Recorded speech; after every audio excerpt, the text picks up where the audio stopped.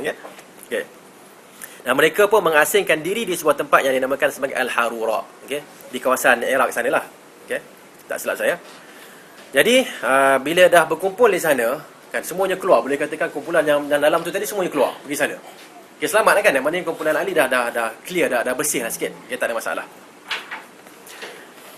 Bila kumpulan itu telah berkumpul di sana, mereka membawa apa? Membawa ideologi bahawa Ali kafir, Muawiyah kafir. Kenapa? Kerana menerima ataupun menghantar wakil. Menghantar wakil, okey, dengan menghantar wakil mereka telah menyalahi ayat tersebut, inil hukmu illa lillah, kan? Okey, mereka telah jatuh kafir. Ali radhiyallahu anhu telah menghantar Abdullah bin Al-Abbas untuk berdebat. P itu tukarkan pada B, berdebat dengan mereka, dan setengah daripada mereka telah kembali ke pangkal jalan. Okey. Ada beberapa riwayat kat sini, lebih kurang 2 atau 3 itulah.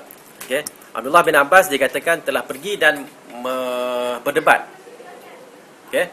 Berdebat dengan ilmu yang ada padanya, dan setengah riwayat mengatakan Ali telah berbincang dengan Ibnu Abbas terlebih dahulu, mengatakan kepada Ibnu Abbas pergi ke sana dan tanyakan mereka sekian-sekian dan jawablah sekian-sekian. Sekiranya mereka kata gini, jawapannya begini, kata gini, jawapannya begini. Okay, maksudnya seolah-olah macam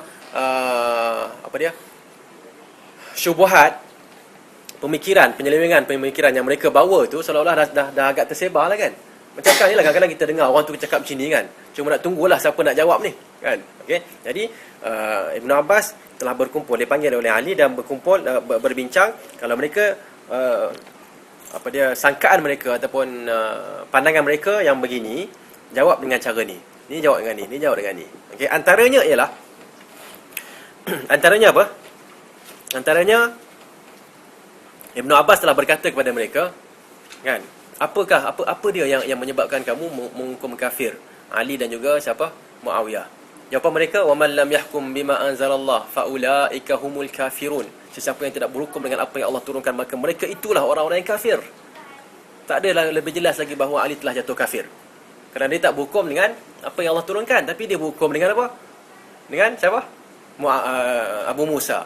Muawiyah pun sama, dia menghukumkan siapa? Menghukumkan Amr bin Al-As. Okey, kau apa dah sekarang ni? 16, okey. Jadi dengan tu siapa dia? Ibnu Abbas mengatakan kufur di situ adalah kufrun duna kufrin. Satu kufur yang kurang daripada kufur. Kufur tak sampai ke tahap kufur. Okey, kufrun duna kufrin artinya satu benda yang disifatkan kufur tetapi bukan merupakan kekufuran yang keluar daripada Islam. Faham tak? Okey, berhukum dengan selain daripada apa yang diturunkan oleh Allah, kan, sekadar berhukum tidaklah merupakan kufur besar. Maknanya tidaklah mengeluarkan seseorang itu daripada Islam, tetapi perbuatan itu adalah perbuatan kufur. Okey, maknanya maksiat yang besar tetapi tidak keluar daripada Islam. Okey. Kemudian Ibnu Abbas pun menjelaskan, bukankah sekiranya berlaku pertelingkahan di antara suami dan isteri, Allah telah berkata, fab'atsu hakaman min ahlihi wa hakaman min ahliha. Fab'atsu, hantarlah, hakaman, pengadil dari keluarganya iaitu lelaki, dan wa hakaman min ahliha, dan pengadil dari wakil daripada siapa? Daripada pihak perempuan, isteri, kan. Faham tak? So, jadi Ali mengatakan kalaulah urusan suami isteri pun boleh dihantar, apatah lagi kalau urusan yang kenegaraan. Jadi itu antara perbincangannya, menyebabkan sebahagian daripada mereka telah masuk semula ke tentera Ali. Terima. Okey? Dan di sinilah kita boleh mengambil satu pengajaran. Apa pengajaran kita nak ambil kat sini? Ali telah menghantar Abdullah bin Abbas untuk berdebat dengan mereka. Apa pengajaran kita boleh ambil? Dialog. Perbincangan secara rasional boleh baik. Perbincangan secara rasional. Bila nak bincang ni? Nak bincang masa bila? Maknanya apakah situasi yang membolehkan kita berbincang? Ataupun apa dia? Dah sebut tadi. Mengharuskan, mewajibkan ke apalah. Bila ada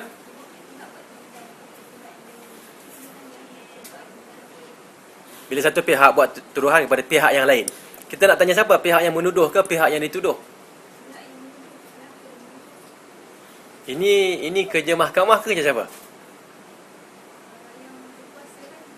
Pihak yang berkuasa yang buat benda ni ya. Okey. Lagi? Apa yang kita boleh ambil kat sini? Tuduhan apa? Tidak gugur ketaatan kepada pemerintah kalau tidak hukum dengan hukum Allah. Okey, boleh juga. Lagi ada? Tidak mudah mengkafirkan orang. Okey. Kita rumuskan balik semula dengan mengatakan bahawa muka surat nombor 12 ini, Ali menghantar Abdullah bin Abbas untuk berdebat dengan mereka. Dan setengah daripada mereka telah kembali ke pangkal jalan. Kalau pihak pemerintah melihat adanya penyelewengan yang berlaku dalam masyarakat, okey, maka langkah yang terbaik adalah dengan membawa kepada meja perbincangan dan perundingan, dan bukannya terus menggunakan kuasa yang ada. Betul tak? Boleh tak Ali kata kita perang lah, ada orang ni kan memang dah sah dah ni, untuk perang terus? Tak, bincang dulu, berunding apa dia masalah. Okey, mereka, kamu cakap macam ni, ini jawapan dia. Kamu cakap ini jawapan dia. Kamu jawab ini jawapan dia. Okey, huraikan. Dan dalam huraian tu mesti ada yang akan terima punya. Okay? Mungkin tak semua, mungkin segelintir, mungkin sebahagian, mungkin majoriti, tak apalah. Tapi bila ada huraian yang dilakukan secara ilmiah dan rasional, biasanya akan ada orang yang terima. Okey.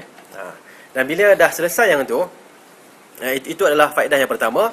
Bila adanya pertelingkahan, okay, khususnya yang berkaitan dengan ideologi, caranya bukanlah dengan kekerasan, bukanlah dengan kita melaksanakan hukuman ke atas mereka, tangkap mereka. Tak, bukan itu. Tapi yang terbaik adalah panggil, huraikan, ini sebenarnya begini, gini, okey? Boleh, betul?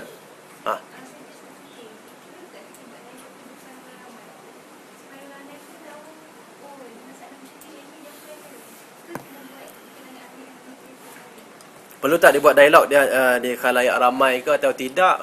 Bergantung. Okey? Tengok keadaan. Mungkin ada setengah benda yang boleh dibuat di hadapan orang ramai. Okey, mungkin tidak perlu perkara tu. Ya.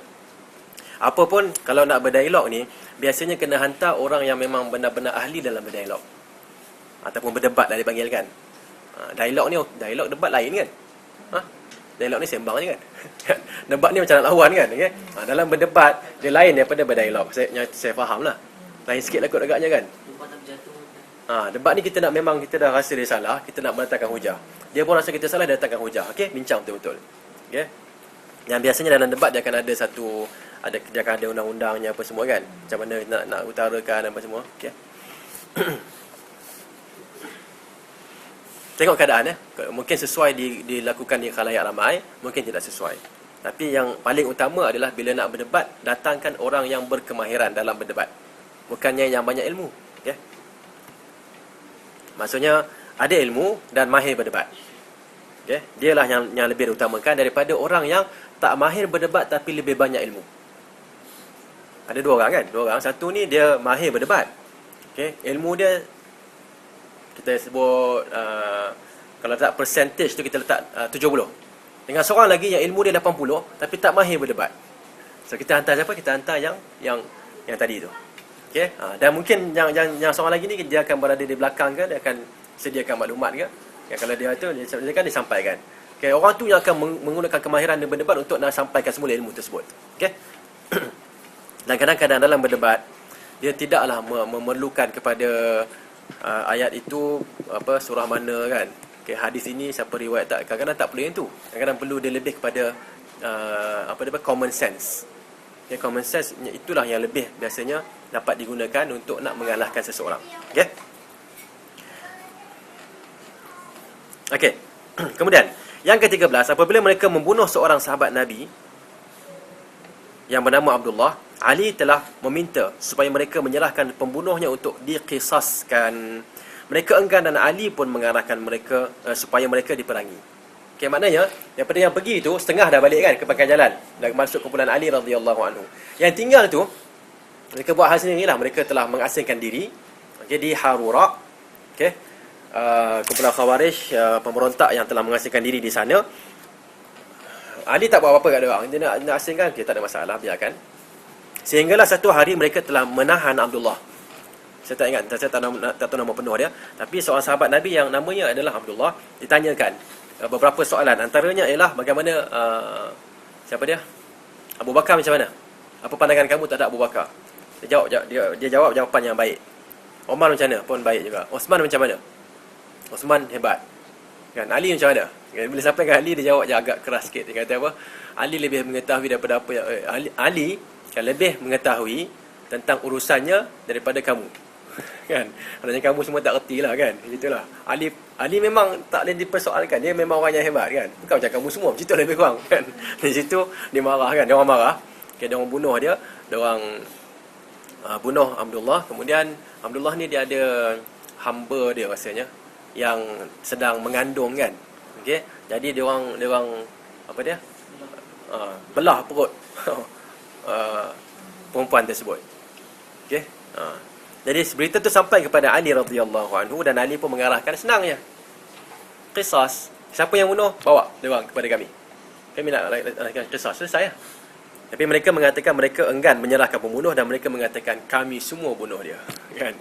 Di situlah Ali keluarkan arahan untuk perang. Perang ni atas dasar apa? Atas dasar qisas. Pemerintah nak mengqisaskan siapa? Abdullah dan keluarganya yang telah dibunuh oleh penduduk Harura, bersepakat membunuh dia. Okey.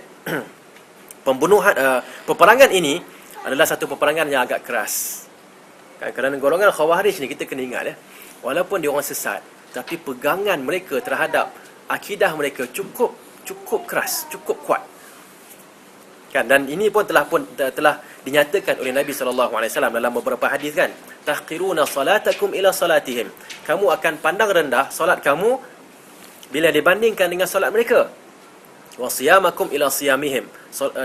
Puasa kamu wahai para sahabat akan kamu rasakan kerdil di hadapan puasa mereka. Okay, tetapi mereka masuk neraka. Maka mereka adalah anjing-anjing neraka. Okey. Jadi bila perang tu kan, antara yang berlaku adalah seorang sahabat Nabi yang nak bunuh, nak sampailah nak bunuh seorang Khawarij ni nak bunuh kan. Lelaki Khariji itu ataupun Khawarij itu telah mengatakan sata'lamu ayyuna aula biha siliyah. Dia kata engkau akan tahu siapakah di antara kita yang lebih wajar masuk neraka. Dia nak kena bunuh ni, sempat dia kata oh tak aku masuk, aku tak ada. Dia kata tetap dengan pendiriannya engkau akan tahu siapa yang lebih patut masuk neraka, siapa yang lebih layak masuk neraka. Maksudnya siapa? Engkau yang lebih layak, bukan aku. Kan dia cakap pada siapa? Cakap pada sahabat ni. Cakap pada sahabat Nabi macam tu. Okey, so kita nak tengok, kita kena bezakan sekarang ni di antara dua benda, iaitu apa dia? Takkan semua saya nak sebut kan? Kan? Apa dia? Kita kena bezakan antara dua benda. Satu, kebenaran. Yang kedua adalah pegangan terhadap kebenaran itu. Okey, kita kena bezakan antara kebenaran dengan kebatilan. Okey, ada benda ini memang betul, benar. Ini adalah sesat. Okey. Yang kedua apa dia? Pegangan terhadap perkara tersebut. Ada benda yang benar, yang betul, yang hak kan. Tapi orang yang pegang tu dia lebih kurang aja kan. Dia tak apa, tak semangat nak berpegang pada kebenaran. Ada benda yang